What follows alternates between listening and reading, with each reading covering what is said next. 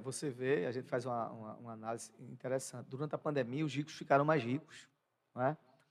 E é impressionante como, quando chega a um patamar aí de R$ 5.000 para isentar, e no processo de isenção, isso melhora mais a capacidade das pessoas que ganham isso aí, até para não serem tributados, né?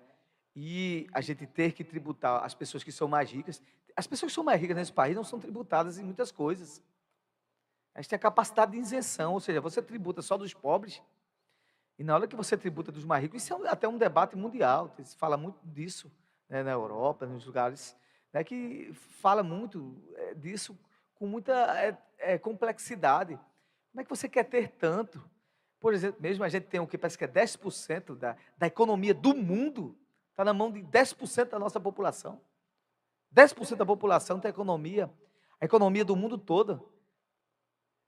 Veja que distribuição de renda terrível. 90% da população sofre, quebra pedra todos os dias pela sua sobrevivência.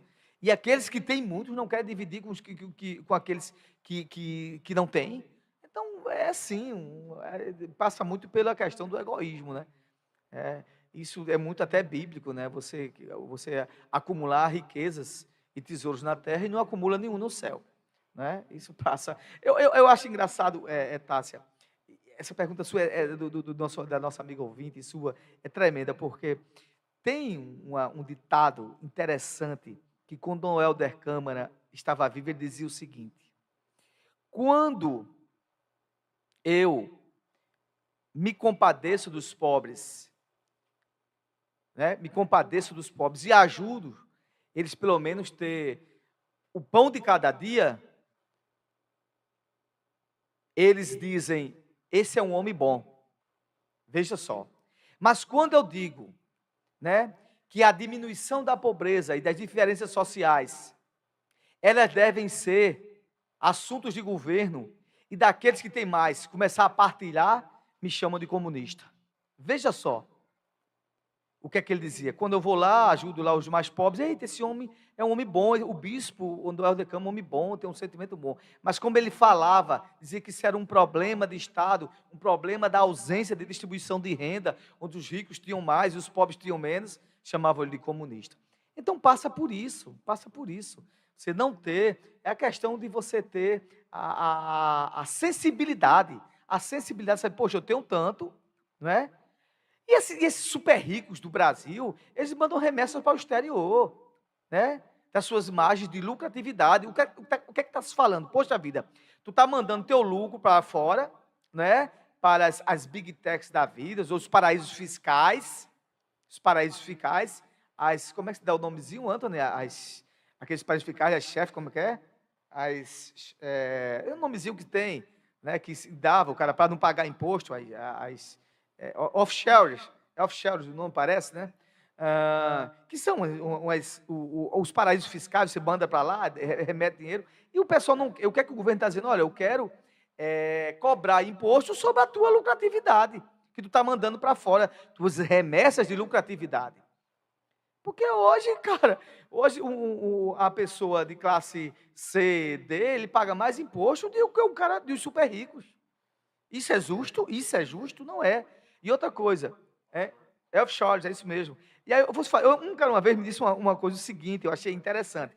O cara que é super rico, bilionário, né, e olha para as pessoas que não têm o seu poder financeiro, ele olha assim, diz assim, não, eu sou rico, coisa e tal, não quero saber, vou te pagar só isso, e acabou, estou te pagando muito.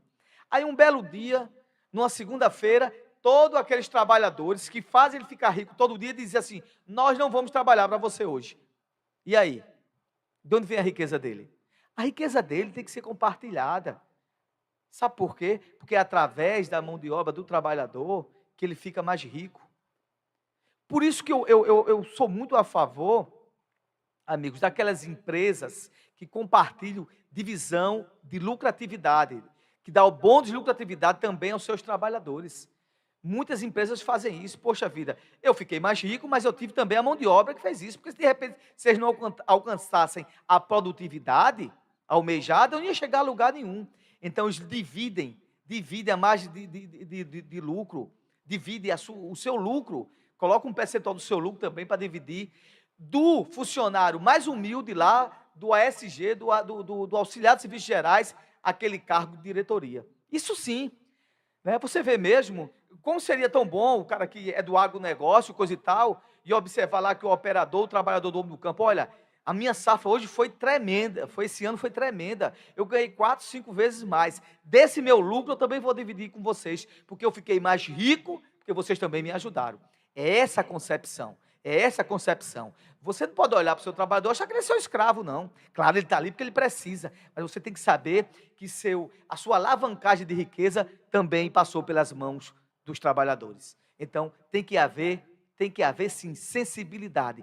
Sensibilidade daqueles que têm mais, com o olhar social daqueles que têm menos. Através do trabalho, deixando bem claro, através do trabalho, né? Então, essa é a minha opinião.